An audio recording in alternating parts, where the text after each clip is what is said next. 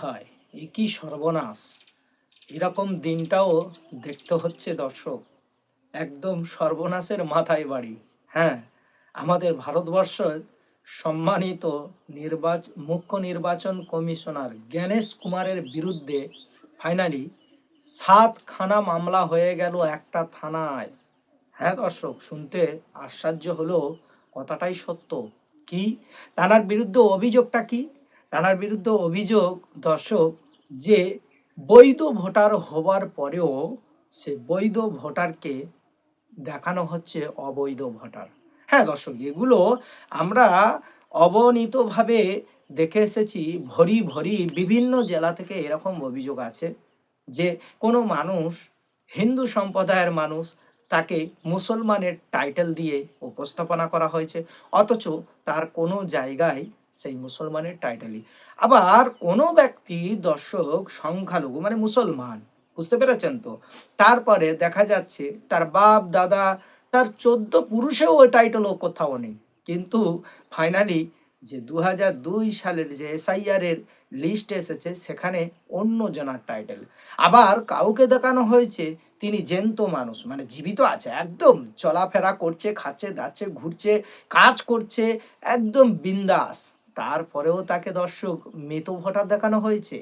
আর সেই সমস্ত কার্যকলাপে পশ্চিমবাংলাবাসী একদম ক্ষিপ্ত, একদম বিরক্ত, আর নিতে পারছে না, লিমিট ক্রস করে ফেলেছে। ফাইনালি সেই লিমিট ক্রস করার একদম বহির্প্রকাশ জীবনতলা, অর্থাৎ ভাঙড় থানা জীবনতলাতে একটা জীবনতলা থানাতে সাতটা এফআইআর করলেন জ্ঞানেশ কুমারের বিরুদ্ধে।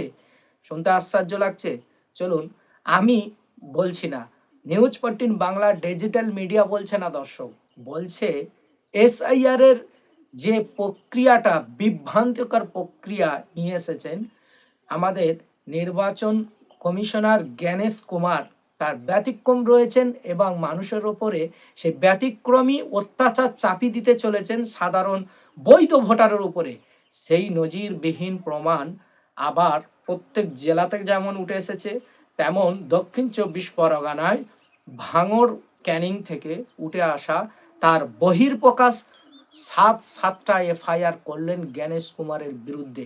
তো যারা নতুন দর্শক, তাড়াতাড়ি করে এই নিউজ 14 বাংলা ডিজিটাল মিডিয়াকে চটাপট সাবস্ক্রাইব করে নেন। আর যারা অলরেডি সাবস্ক্রাইব করে রেখেছেন দর্শক, আপনাদের জানাই অসংখ্য ধন্যবাদ এবং নিউজ 14 বাংলার ডিজিটাল মিডিয়ার পক্ষ থেকে আপনাদেরকে জানাই স্বাগত। তো দর্শক, যদি ভালো লাগে নিউজটা একটা লাইক দিয়ে যাবেন, ফ্রেন্ড ফলোয়ার্সদেরকে দেখার জন্য সুযোগ করে দেবেন। তো সাতটা মামলা করলো ভারতবর্ষে। এত বছর আমাদের ভারতবর্ষের নির্বাচন কমিশনারের বিরুদ্ধে যে সাধারণ ভোটার মামলা করে, এটা খুব নজিরবিহীন ঘটনা দর্শক। সত্যি এটা আমরা ভাবতেও পারিনি, মানুষ কতটুকু অসন্তুষ্ট এবং সাধারণ ভোটার কতটুকু বিভ্রান্তের মধ্যে রয়েছে এই এসআইআর এর প্রক্রিয়া নিয়ে। কেন না, সাধারণ ভোটারদের বক্তব্য, আমরা এদেশের ভোটার, আমরা 20 বছর 30 বছর ভোট দিয়ে আসছি, আমাদের লজিক্যাল ডিসক্রিপেন্সি নোটিশ দিয়ে আমাদেরকে ন্যূনতম একটুখানি সামান্য স্প্লিংয়ের ভুলের কারণে আমাদের ভোটার লিস্টে থেকে নাম বাদ দিয়ে দিচ্ছে, আনম্যাচ করে দিচ্ছে। আর প্রকৃত নিয়ম হচ্ছে যারা দেশের ভোটার তাদের জন্য কোনো বিকল্প কোনো সিস্টেম আনা উচিত ছিল, কিন্তু দর্শক সেটা তো নিয়ে আসেননি, এখনো কোনো সিদ্ধান্ত হয়নি। তো সে বিষয়ে ভিডিও আবার একটা নিয়ে আসবো, কারণ চমক এখনো অনেক আছে। খেলা শুধু নির্বাচন কমিশনার একাই জানেন না দর্শক, সেটা সাধারণ মানুষ বলছে, খেলা কিন্তু ভোটাররাও জানে, কারণ তারা ভোট দিয়েছে গণতন্ত্র মাপেই, তারা রাজনীতি গণতন্ত্র তৈরি করেন এবং দেশের আইন তৈরি করতে তারা গণতন্ত্র সাপোর্ট করে, তাদেরকে সহযোগিতা করেন। তেমন কিছু কিছু জায়গায় দর্শক ভোটাররা তো এমন একদম বিস্ফোরক মন্তব্য করেছেন যে জ্ঞানেশ কুমার অ্যাকচুয়ালি বিজেপির হয়ে ব্যাটিং করছেন, আর সেই বিজেপির হয়ে ব্যাটিং যদি না করতো তাহলে তিনি নিরপেক্ষতা দেখাতেন, তিনি কোনো স্পেলিং ভুল, টাইটেল সামনে আগে পিছনে ট্রান্সফার হয়েছে, সেসব ভোটারদেরকে একেবারে টোটাল লিস্টের পর লিস্টে লজিক্যাল ডিসক্রিপেন্সি নোটিশ দিয়ে দিচ্ছেন এবং তিনি একের পর এক নথি নিচ্ছেন, কিন্তু নথি নেওয়ার পরেও তারা মনস্থ হচ্ছে না যে এরা বৈধ ভোটার। একটা মানুষের একটা নথিতে যদি ভুল আসে, সেই ব্যক্তি 5টা 6টা সঠিক নথি দিচ্ছে, তারপরেও দর্শক তার মনোনীত হচ্ছে না। আর সেই ক্ষোভ প্রকাশ করলেন একেবারে বৈধ ভোটার অবৈধ বলে ঘোষণা করার কারণেই সন্দেহের কারণে 7টা মামলা হলো। চলুন দর্শক আমরা দেখি কোথায় কিভাবে কিসের জন্য মামলা করেছেন। ততক্ষণ আপনারা নিউজ 14 বাংলা ডিজিটাল মিডিয়ার সঙ্গে থাকুন, সাথে থাকুন। বৈধ ভোটার হওয়া সত্ত্বেও বারবার এসআইআর পর্বে ভোটার তালিকা থেকে বাদ। আর এ বিষয় নিয়ে জীবনতলা থানায় 7টি অভিযোগ দায়ের করা হলো জ্ঞানেশ কুমারের বিরুদ্ধে। আরো বিস্তারিত জানতে কথা বলবো, আমাদের প্রতিনিধি সুকান্ত মুখোপাধ্যায় আমাদের সঙ্গে রয়েছেন। সুকান্ত, কি খবর রয়েছে? দেখো, কিছুক্ষণ আগেই জীবনতলা থানাতে মুখ্য নির্বাচন কমিশনার জ্ঞানেশ কুমারের বিরুদ্ধে 7টি লিখিত অভিযোগ দায়ের করেছেন এবং যারা এই অভিযোগ দায়ের করেছেন তাদেরকে সে থানাতে পূর্ব ক্যানিং এর যিনি বিধানসভার বিধায়ক শওকত মোল্লা তিনি নিজেই নিয়ে গিয়েছিলেন এবং এই 7 জন তারই বিধানসভার বাসিন্দা। তাদের যেটা অভিযোগ যে 2002 সালে তারা ভোট দিয়েছিলেন, কিন্তু তারপরেও তাদেরকে এনুমারেশন ফর্ম তাদেরকে দেওয়া হয়েছিল। এছাড়া যখন এনুমারেশন ফর্ম তারা জমা দিয়েছিলেন তারপরেও বিভিন্ন সমস্ত ডকুমেন্ট জমা দেওয়ার পরেও তাদেরকে বারবার হিয়ারিং এর নামে তাদেরকে কিন্তু বিরক্ত করা হচ্ছে। তারা একাধিকবার তারা গিয়েছেন, সেখানে তারা ডকুমেন্ট দিয়েছেন, কিন্তু তারপরেও তারা যেটা আশঙ্কা করছেন যে যে খসড়া তালিকা প্রকাশ হবে সেই তালিকাতে তাদের নাম বাদ দেওয়া হবে, তাদেরকে তারা ভোট যাতে না দিতে পারেন সেই চক্রান্তই করা হচ্ছে। এবং সেই সংক্রান্ত বিষয়ে তারা মুখ্য নির্বাচনী কমিশনার জ্ঞানেশ কুমারের বিরুদ্ধে কিন্তু এই লিখিত অভিযোগ দায়ের করেছেন। পুলিশের তরফে সেই লিখিত অভিযোগ ইতিমধ্যে অ্যাকসেপ্টেড করা হয়েছে। এই ব্যাপারে কি করা যায় সেটা তারা আলোচনা করছেন। এবং যদিও স্থানীয় বিজেপির যারা নেতারা রয়েছেন তাদের যেটা বক্তব্য যে এই গোটা বিষয়ের নেপথ্যে রাজনীতি রয়েছে, তার কারণ 28 তারিখে চূড়ান্ত ভোটার তালিকা পেশ হবে এসআর প্রসিডিংস এর পরে, কিন্তু তার আগেই কিভাবে এই 7 জন তারা লিখিত অভিযোগ দায়ের করছেন এই আশঙ্কা করে যে তাদের নাম বাদ যেতে পারে। ফলত এটা পুরো যে কমপ্লেন বা পুরো যে লিখিত অভিযোগ সেটার নেপথ্যে রাজনীতি রয়েছে বলেই কিন্তু বিজেপির তরফে বলা হচ্ছে। অন্যদিকে শওকত মোল্লা তিনিও কিন্তু পরিষ্কার বলেছেন যে এই 7 জন তারা কিন্তু এ রাজ্যেরই বাসিন্দা, কিন্তু তাদেরকে বিভিন্ন নথিপত্রের নামে বিএলও কখনো ডাকছে নিজের কাছে, কখনো তাদের ডকুমেন্ট চাওয়ার নাম করে বারবার হিয়ারিং এ ডাকা হচ্ছে। ফলত সার্বিকভাবে তাদের ক্ষতি হচ্ছে, তারা দিন আনি রুজি রোজগার করেন, ফলত বারবার এই যাওয়াতে তাদের রোজগারও কিন্তু প্রচুর ক্ষতি হচ্ছে। ফলত সার্বিকভাবে বেলা 11টা নাগাদ এই 7টি অভিযোগ দায়ের করা হয়েছে 7 জনের তরফে। সুকান্ত, তুমি আমাদের সঙ্গে থাকো। জীবনতলা থানায় আজকে তৃণমূল বিধায়ক শওকত মোল্লা যাদের নাম ভোটার তালিকা থেকে বারবার বাদ যাবার অভিযোগ উঠেছে তাদের নিয়ে যান এবং সেখানে 7টি অভিযোগ দায়ের করা হয় নির্বাচন কমিশনার জ্ঞানেশ কুমারের বিরুদ্ধে। আর শওকত মোল্লা এই নিয়ে কি বলছেন আপনাদের শোনাবো, পাশাপাশি রাখবো বিজেপির কি প্রতিক্রিয়া। আমার এই এলাকার যারা ভোটার 2002 সালেও বাবা মায়ের সঙ্গে লিঙ্ক আছে, পরিবারের সঙ্গে লিঙ্ক আছে, সমস্ত পেপারপত্র মাঝখানে এলো, তাদের হিয়ারিং হলো, তারপরও প্রত্যেকের নাম পাঠানো হয়েছে। এই বিধানসভায় প্রায় 33,000 নাম গত 3 দিনে এসছে।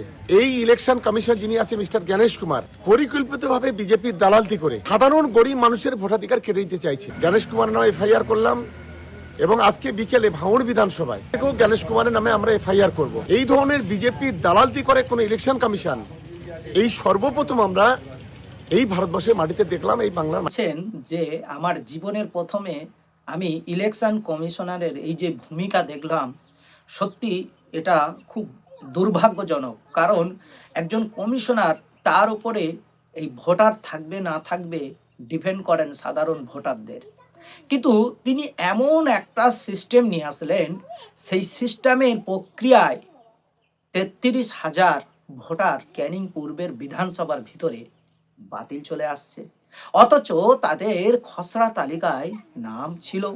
2002 সালে তাদের গার্জেনদের নাম ছিল, তাদের নাম ছিল। তাহলে কোনো জায়গায় স্পেলিং ভুল, সামথিং ইজ রং, সামান্য ভুলের কারণে কেন তাদের নাম বাদ দেওয়া হবে? তারা দীর্ঘ 50-60 বছর ধরে বসবাস করছে, কারোর তো বয়স 100 বছর পার হয়ে গিয়েছেন। তবে কি তিনি এই বিজেপিকে সুবিধা করে দেওয়ার জন্য তিনি সংখ্যালঘু সম্প্রদায়দের পিছনে একদম লেগে পড়েছেন? আর বেশি সংখ্যক ভোটের যে লজিক্যাল ডিসক্রিপেন্সি নোটিশ এসছেন, সেগুলো হচ্ছে সংখ্যালঘু আশ্রিত এলাকাগুলো।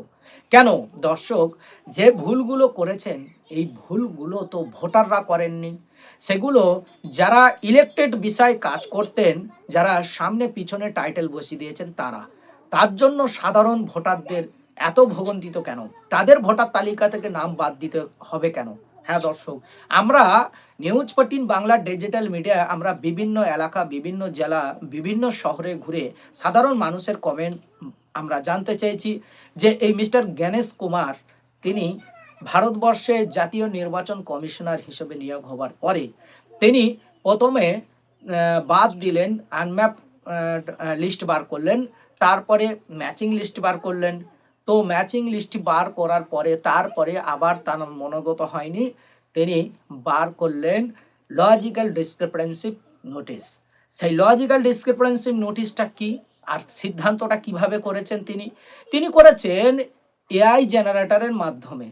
কত ন্যূনতম একদম প্রক্রিয়া, একটা মানুষের জীবন নির্ধারণ করবেন এআই।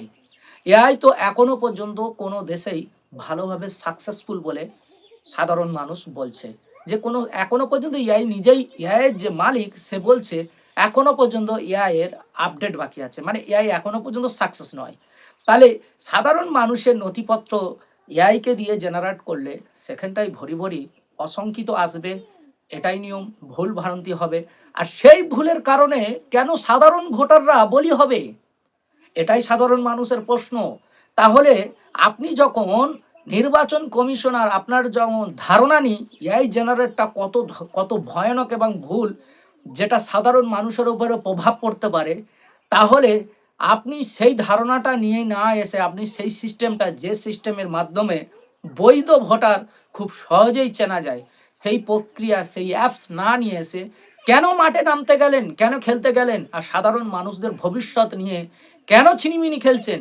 ভবিষ্যতে এই সাধারণ ভোটারদের জীবন নিয়ে ছিনিমিনি খেলার কারণে হয়তো দেখা যাবে একটা বিশৃঙ্খলা সৃষ্টি হতে পারে। আর তার প্রভাব পড়ে গেল দক্ষিণ 24 পরগনার জীবনতলা থানায় 7টা এফআইআর করলেন বিধায়ক শওকত মোল্লা সাহেব, দাঁড়িয়ে থেকে করালেন বৈধ ভোটারদের নাম বাদ দেবার অভিযোগে। দর্শক, শুনতে খারাপ লাগলো, এটাই সঠিক। আমরা সাধারণ মানুষদের সঙ্গে কথা বলে দেখেছি, আমাদের প্রশ্ন ছিল কোট আনকোট সোজা এবং সাপটা। আমরা প্রশ্ন করেছিলাম সাধারণ মানুষের এসআইআর প্রক্রিয়াটা আপনাদের কাছে কেমন? সাধারণ মানুষ, বেশিরভাগ মানুষই বলেছেন যে এসআইআর হোক, ভালো, এমন হওয়া দরকার। স্বচ্ছ ভারত, স্বচ্ছ রাজ্য, স্বচ্ছ নাগরিক থাকা আমরা কাম্য করি, কারণ ভেজাল মুক্ত আমরা পছন্দ করি। কিন্তু আবার তারা বলছেন এসআইআর এর যে সিস্টেমটা, এটা হচ্ছে সাধারণ মানুষের মরণ ফাঁদ। হ্যাঁ, এই এসআইআর এর প্রক্রিয়াটা সাধারণ মানুষের অভিযোগ এনআরসির থেকে ভয়ানক।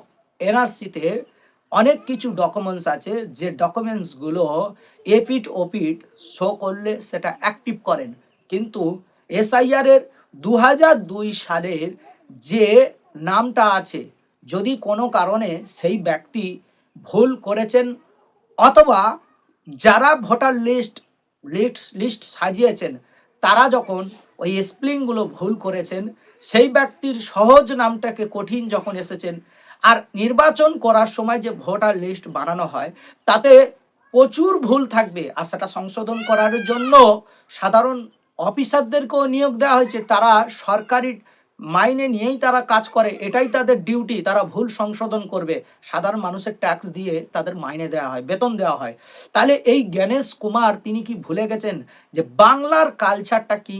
হ্যাঁ দর্শক, আমি একটু বিশ্লেষণ করেই বলছি, ভুল হলে আপনারা কমেন্ট বক্সে এসে জানাবেন। কারণ একটা ব্যক্তি, সাধারণভাবে একজন মা অথবা বোন, যখন তিনি বাপের বাড়ি থাকেন বাল্য বয়সে তার একটা পদবি হয়, আবার যখন তিনি শ্বশুর বাড়ি চলে যায় তার শ্বশুর বাড়ির পদবি হয়ে যায়। সমস্যা হচ্ছে এই গণেশ কুমারের, যে ওই ব্যক্তিটা লজিক্যাল ডিসক্রিপেন্সি লিস্টে রয়েছেন এবং সে অবৈধ ভোটার। আবার কোনো ব্যক্তি, তার সামনে মণ্ডল ছিল 2002 সালে, আর এখনকার সে যে I card, Aadhaar card, voter card তিনি এটাই করেছেন যে পিছনে মণ্ডল, তার কারণে লজিক্যাল ডিসক্রিপেন্সি নোটিশে তাকে সন্দেহের তালিকায় তোলা হয়েছে এবং তাকে আনম্যাপ বলে ঘোষণা করা হয়েছে। দর্শক, এইভাবে যদি করেন তাহলে যারা উপরের থেকে মন্ত্রিত্ব আসন নিয়ে বসে আছে, খতিয়ে দেখলে সাধারণ মানুষ বলছেন যে ওদের আধার কার্ড, আই কার্ড, যত রাজ্যের কার্ড রয়েছে প্রত্যেকটা কার্ডেই সামঞ্জস্য স্প্লিং তো নেই, নাও হতে পারে, এবং তাদের ব্যতিক্রম ঠিকানা হতে পারে। তাহলে সেই মানুষগুলো কি করে এত বড় বড় আসন নিয়ে বসে আছে, আর সাধারণ মানুষদের এমন কেন হয়রানি করাচ্ছেন? দর্শক, তারা একটা অ্যাপসের ওপরে ডিপেন্ড করে এই রকম চাঞ্চল্যকর ঘটনা আমরা শুনে এসেছি একটা ব্লক থেকে। সেই ব্লকের আপত্তি যে সেখানে বিওলো সমস্ত কিছু প্রুফ আনতে বলেছেন, সমস্ত যাদের লজিক্যাল ডিসক্রিপেন্সি নোটিশ এসেছিল এবং তাদের যে সমস্ত কাগজপত্র আপলোড করবেন, সে আপলোড করার আগে ইলেকশন কমিশনারের দপ্তরে যে অ্যাপস আছে সেই অ্যাপস রাতারাতির মধ্যে লিঙ্ক আপ করে দিয়েছে, মানে লিঙ্কটা অফ করে দিয়েছে যাতে করে না আপলোড করতে পারে। সময় কিন্তু বেঁধে দিয়েছে 10 ঘন্টা সময়, 10 ঘন্টার মধ্যে দেখা গেল 1 ঘন্টা লিঙ্ক নেই। এই 1 ঘন্টা লিঙ্ক আছে, বাকি 9 ঘন্টা লিঙ্ক নেই। এবারে মোটা অঙ্কের লিস্ট, সেগুলো আপলোড করতে সময় লাগবে। দর্শক, এটা কি ধরনের অসভ্যতা বলুন আর এটা দ্বিচারিতা বলুন, যাই বলুন না কেন, দর্শক আপনাদের কাছে কেমন লেগেছে আপনারা আপনাদের মূল্যবান বক্তব্য কমেন্ট বক্সে এসে জানাবেন। আর এই অভিযোগ প্রথমে করতেন তৃণমূল কংগ্রেস, তারপরে এই অভিযোগ করলো একাধিক দল। সর্বোপরি যে দল এসআইআরকে সাপোর্ট করতে চেয়েছিলেন, যেই দল, সেই দল ভারতীয় জনতা পার্টি। সেই পার্টির একজন বড় মাপের লিডার দিলীপ ঘোষ বললেন যে এই এসআইআর এর প্রক্রিয়ার মধ্যে বিভ্রান্তিকর অপশন রয়েছে, সাধারণ মানুষদেরকে হয়রানি ছাড়া এই প্রক্রিয়াটা সঠিক নয়, এটা সাধারণ মানুষকে হয়রানি করা হচ্ছে যাতে করে কেন্দ্রের নামে বদনাম হয়। তার মানে ভারতবর্ষে যত রাজনীতি পার্টি আছে সমস্ত পার্টি এসআইআর যে সিস্টেমটাকে অপছন্দ করছেন। দর্শক, তাহলে কি এই এসআইআর এর প্রক্রিয়া সঠিক হবে? আর যদি সঠিক হয় তাহলে কাদের কাদের ভাগ্যটা খারাপ হতে চলেছে সেটা সময়ের জন্য অপেক্ষা করতে হবে। আর যারা ভাগ্য ভালো ভোট দিতে পারবেন তারাও কমিশনারের চোখে 5 বছর সন্দেহের তালিকায় থাকবেন। এমনও জীবনে হয়েছে নাকি কোনোদিন? এসআইআর এর প্রক্রিয়াটা কি, সিস্টেমটা, নিয়ম এইরকম? আপনারা যদি কোনোদিন এর সাক্ষী হয়ে থাকেন তাহলে দর্শক, তাহলে এই এসআইআর আর আগে যে এসআইআর হয়েছে সেই সিস্টেমটা যদি আপনাদের মনে থাকে তাহলে আপনারা অবশ্যই জানিয়ে যাবেন। আমরা আপনাদের কমেন্টগুলো অনুযায়ী আপনাদেরকে ভিডিও উপস্থাপনা করে দেখার সুযোগ করে দেবো এবং সাধারণ মানুষের কাছে তুলে ধরবো। সচেতন বাঙালি এবং সচেতন মানুষ হিসেবে সেটা গ্রহণ করবেন। ততক্ষণ আপনারা ভালো থাকুন, সুস্থ থাকুন, দেখা হচ্ছে পরবর্তী ভিডিওয়ে।